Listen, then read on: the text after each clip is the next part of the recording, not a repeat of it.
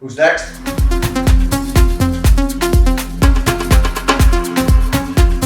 Okay, welcome to another 20 minutes talk with the artists from AKTIV. So this is one of the artists, Steve, from the Pride Month edition of AKTIV. So welcome, Steve. Thank you for coming on. Steve No problem Sachs. at all. No problem at all. Give me one of them. Oh, Awesome. So, I mean, if you want to just take it away first of all, introduce to everyone listening, you know, who you are. Who is Steve Sachs? well, no guessing is I'm a saxophonist with a name like Steve Sachs. It's not my real name, but it's a name that I've had ever since I wanted to play saxophone when I was 14. So everyone knows me as Steve Sachs, and I've been a full-time musician playing the saxophone for 39 years.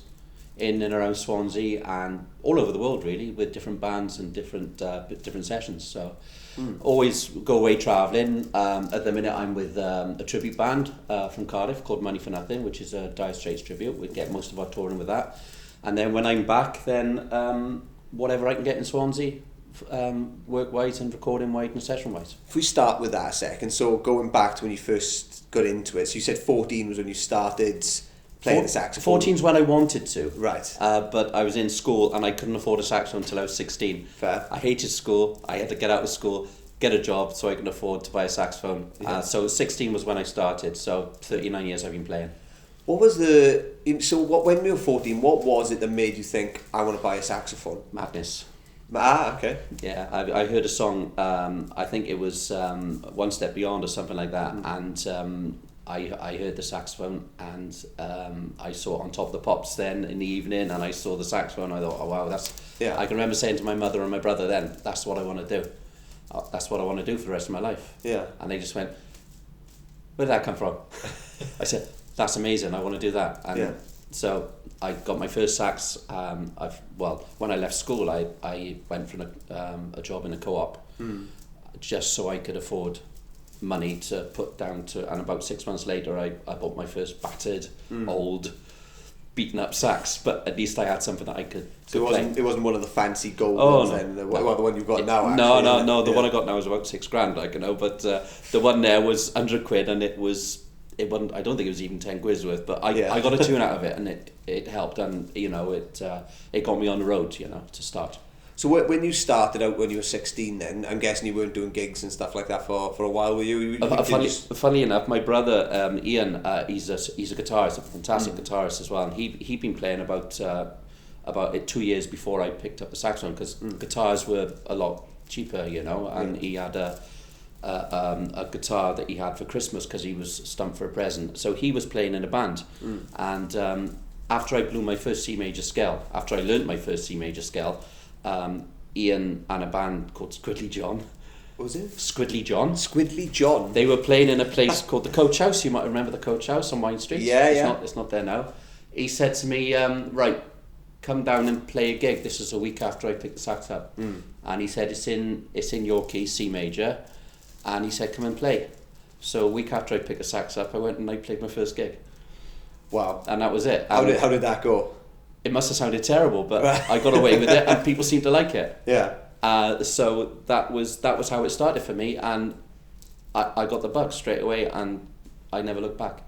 Do you know that's very unique for somebody to discover that early on? That's something that you want to do for the rest of your life. I think a lot of people, not so much musicians, but you know, people in like all walks of life, they probably it's difficult to kind of go, do you know what, this is something that I know I'm gonna love before you even actually try it and pick it up.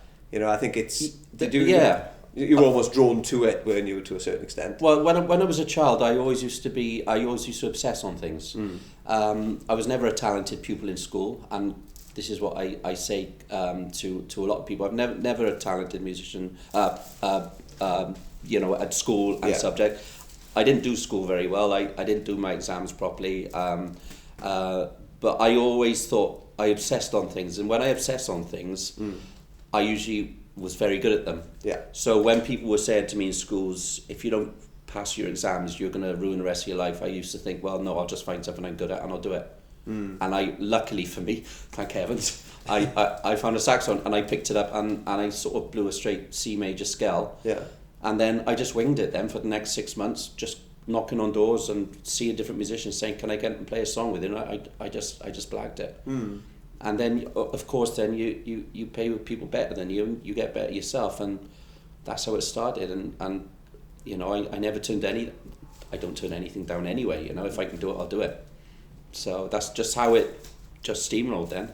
So where has it taken you? I know you said it's taken you abroad and things like that. What's let's delve into that a little bit. So obviously you've done loads of local gigs, and I'm guessing around the different parts of the UK as well. We do round trips to the UK often, in all the theatres there, and all the festivals we used to do as well. Some of the Heineken festivals and all the V festivals, stuff like that. That's good fun. That's brilliant. And we've gone all over Europe about 7 or 8 times. Last year we had quite a few booked. We were Australia, Bahrain, we were up to Iceland, which all fell through, of course, because of the coronavirus. But that's a typical year for me now, is we don't know what's going to happen, what's going to throw at us, which is great, because I love the touring. I think we were talking to you before the interview that I love Swansea. Yeah. I love the touring. I love Swansea. It's always nice to come back to Swansea because you feel grounded then. Yeah. But the touring is brilliant, and some of the venues we play are the top venues in the world, you know. Where's you say Bahrain just now? Bahrain, yeah. That's incredible. Yeah. How do they get in touch with you through that then? Is it through an agent or? It's part through an agency, and it's part through the 2 people that run the band, the musical director of the band, and his wife, who were fantastic. Derek and Lisa, they're absolutely brilliant, and they work full time for the band, and the agents as well. And it's basically for the last 3 or 4 years we've had the band's been building. It's a great band, it really is. I love playing with them, and it just goes from there. And because a lot of people know me in Swansea and South Wales, and now because I used to live up in London for a while doing a lot of stuff up there, I'll get random people calling me to say, can you do a tour here, or can you come and do this, and can you come and do that? So I just say yes and then find out what it is. Where's the most, I don't say bizarre country, but you know, like Bahrain in itself is quite random, isn't it? You know, what sort of countries have you played in like that? I love every country we go to, which is you know, because the culture is different, other countries and different things like that, you know. But I'll say the favourite place to play is either Ireland or anywhere over in Europe, because it's got a different mindset to Bahrain is just mad, because you're down there, you're in a 5-star hotel, and there's lots of people with lots of money watching you, and you think, you know, and you just get treated like royalty, you know. And I think I flunked all my exams. I didn't do well in school, and people are calling me sir, and I think, well, what's that about, like, you know? But no, it's just that the mindset in Europe with festivals and different things like that. I'm not having a go at the UK, but it's just done so well. It's done brilliantly over there, you know. They just love their music. One of the quick things we did a jazz thing with one of my jazz bands in Vienne, down in south of France, and this is a bizarre thing. I'll tell you this one very quickly. And we were a twin. With Vienne was twinned with Neath, and we went over there with my jazz band to play, and we did our performance, and one of the event festival people said, can you come and do a quick interview on one of the gigs, like? So I said yeah. I got into a car, and suddenly there were police cars behind me, police vans in front of me. We went straight through the centre of Vienne, opened the door, I was frog marched to a stage, you know, like VIP, and I sat down on the stage. And I'm not sure if you've ever been to Vienna. There's an amphitheatre, and there's 40,000 amphitheatre seater cut out of the side of a rock. It's absolutely stunning. And I sat down, and before I knew it, I looked up there on the side of the stage, and there were 30,000 people watching me. Wow. And he started asking me questions, and every question I answered, which was translated into French, I had a massive round of applause. Yeah. And we were treated like royalty for that night and the following night. Anyway, from there, I was rushed back to the car, police down back to the hotel where we were. The boys in the band were there, and he said, "How did the interview go?" And I went, "You'll never believe this." And it was just like 40,000 people waiting on every word that I said. And it was just like, I think if I'd have thought about it, I probably would have thought, I'm not doing this. Yeah. The fact that you were kind of thrown into Yeah. it made all the difference, because you've got to improvise. Then essentially you've got to be yourself, haven't you? Well, you don't overthink it. So that's so it's quite not lucky that happened in that instance. It's not really about what my favourite place was there. I mean, wherever I go, I love playing music. Where every venue, when you actually get it down into a mix, it's either a small gig, a stadium, a massive festival, or a jazz gig, which could be like 5 people and a dog, you know. And it's just playing. I just love playing, and as I said, it is sort of the whole thing for me is the live experience. When you're in front of that many people, so like maybe not that instance, but an instance where you've got a couple of thousand people there, do you find that, I'm guessing, for a lot of people they would find it more unsettling, more unnerving, because there's so many people there, because this feels like there's a bit more pressure, because you've done it for so long, and also the fact that you're confident within your ability. Do you think that allows you to not really, it doesn't matter, like you said, if there's 5 people or if there's 50,000, do you kind of get like more or less nervous? Does that make sense? Yeah, it does make sense. I tend to get more nervous if I'm in a jazz club and people are right up front. Okay. And people are there, like perhaps where you are and I'm playing, but that gives me more energy. Sometimes when you play festivals, you're on a stage and you've got the stage, then you've got security, then you've got the barriers. So the first person in the crowd could be this small and it could be like 30 metres away. And you think to yourself then, well, you can't really get engaged with the crowd there. Theatres are brilliant. Lots of the theatres we play, especially if they're packed out, they're right on top of you and all you can see is a wall of people, which when I first started was a little bit strange. But as you know, as you do it and as you get used to it, you tend to cope with it. And I tend to think when you have got nerves, you can either channel them by running away and throwing up somewhere, or you can channel them by getting them out and doing a good show. So when you do get nerves, I always think it's a positive. I went through a stage when I started where I had terrible nerves, but because I played, like I think one year we had 3 nights off. And that was in a year, and you tend to then not worry about it and you tend to just do it, Yeah. And then one of the day I'll be there on the stage, I'll look up, there's 5,000 people in front of me, and I'll go, ooh, I start to think about it, I'll get nervous. Yeah. No, just do it, just play, Does it get tiring doing the touring? Not really, I mean, because you're sitting down a lot. Yeah. And you're sleeping up. You fly there and fly there. On one of the tours we flew about 7 times in 3 days to different venues and different connecting flights and things like that. So you're basically just sitting down, then walk into a plane, sitting down, doing a show, sleeping, going to an next plane, sitting down. So I think it's not for everyone, but the boys we play with, it's good. We've got Brothers in Arms, one of the Dire Straits songs, if I may well quote the song. But we get on well, and it's not for everyone. A lot of people can't cope with it. That's what's interesting. Yeah, I got some time. There's a lot of time to think. There's a lot of time to chill. Because it's a lifestyle, isn't it? It's not a lifestyle. It's an actual. It's how your life is lived in that instance. That's why I suppose for somebody who's perhaps, you wake up, you go to work, you go back to your single place where you live, and you do that consistently. I suppose the thought of doing that seems more tiring. That's probably what prompted the question. But now you've said that, like you said, it's, you're staying in different places. It's almost like home is back here, but your life is out there. Yeah, and what I was saying is not for everyone. Is the fact that when you are in a band, you see the members of the band. You sort of live with them more than you live with your own family, and the downsides are you miss your family.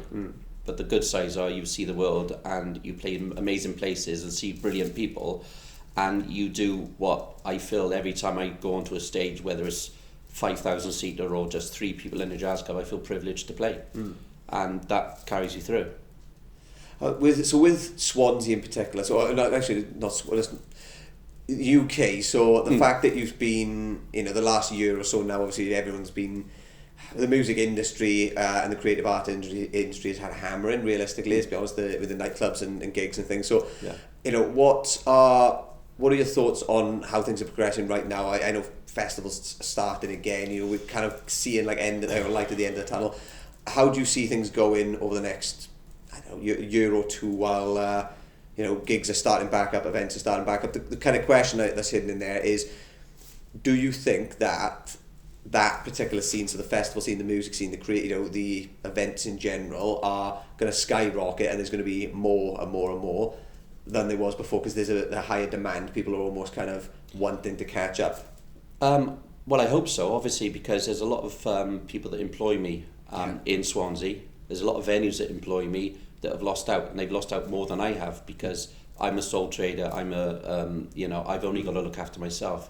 But a lot of the clubs in and around Swansea, a lot of the pubs, and a lot of the wine bars, and I mean, Swansea's got a plethora of everything. That's why I love the city so much, because you can go to the Wine Street and nightclub, and then you can go up to the uplands and sit in, or you can go to the Gower. And these are people that employ me that have had a real hammering. They've had a hammering more than I have. I look at myself as being very fortunate because I've just had to look after myself. I've got no staff to look after. I haven't got bills to pay. Apart from housing and stuff like that. But I haven't got, council rates to pay and anything like that. So I feel for them because they've employed me and they've become very good friends in the last sort of 20 years. As to it opening up again, it's opening up slowly, which I agree with. I do agree with that because it's not fast enough for some people. I agree with it because we can't go into another lockdown. And as long as we don't go backwards, as long as people can catch up slowly, as long as we don't go backwards, I think it'll be okay. Do you think it's going to increase? So like, you know, like you said, but there obviously a lot of independent businesses are going to be thinking, oh, what can I do now to increase the amount of people come in to my establishment in order to, like you said, catch up for the last year and a half. Because the impression I've got around it, and this is kind of why I asked the question, is I think that there's a much more innate need for people now to want to go out and to socialise, to be around people, to connect with others, and to connect via music. And I do think that is going to be one of the key ways that we as a society kind of get back to what we were is through the medium of music and these sorts of events.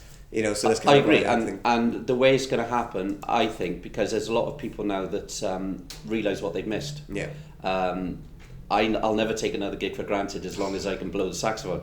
So a lot of people understand what they've missed, and I think now the industry needs to be helped by the powers that be, whether that's the government or whether that's Swansea Council or different councils, and be a little bit more lenient with the way they do it. I mean, not sort of chuck, you can't do this, you can't do that. Work on ways of saying, okay, we can do it if we do this. Breaking down the barriers. Yeah, I played a gig. I played about 3 or 4 gigs over the last week or so, and a lot of them have been said, you cannot do this, you cannot do that, and you can't have more than this outside. And then you'll see then a football tournament and 4,000 people allowed to get drunk and hug each other when their side scores a goal, and there's no social distancing there. And let's have a level playing field. Because there's a lot of great people who run hospitality, as you said, nightclubs and pubs and clubs, and instead of saying don't do this, say right, let's find a way around this, and let's see if we can go forward with this. So as long as we don't go backwards and we use a little bit of sense, I think it will, because people just want to get out again and enjoy music. And connect with each other, isn't it? The last question I've got for you then. So the set we done you did in the Glen Vivian. I loved it. It's brilliant. Yeah. So what was did you change your style or anything like that with with that sort of a gig? Do you want to talk about that? Yeah, because one thing is such a great place to play, because the acoustics just take everything away. I'll say a shout out for our the DJ Jad, who was great. I mean. He's he does everything on vinyl, which is new to me. I don't think I play with a DJ or jam with a DJ that does everything on vinyl, but I really enjoyed playing music with him, and he was very sympathetic to letting another musician come in to sort of his world and play and jam along. So yeah, I always change with everyone I play with. I change what I do and think about what I do. With Jared, it was very easy. I after the first tentative steps, I got on well with it, and you don't find that a lot with a lot of different people. You don't find it just clicks straight away. But the venue was great, and as I said, shout out to Jared. He was absolutely superb. Well, I loved the set as well. It was incredible. Thank you. Like you said, the fact that it was in the venue it was as well. Yeah. I think it just added this really nice, quirky vibe, and I think that was something like it was nice to be in that sort of environment. So appreciate it. Yeah, what I'd just like to say as well is thank you to yourselves for getting me involved in this, and thank you to Swansea Pride for doing this, and hopefully next year we can have a full blown out festival and it'll just be magic, won't it? Yeah, and hopefully you'll be sitting here again and we'll be talking about the next gig that you do. But no, I really appreciate it, Steve. Yeah, thank you very much. And you, thank you very much. Cheers. Stay active.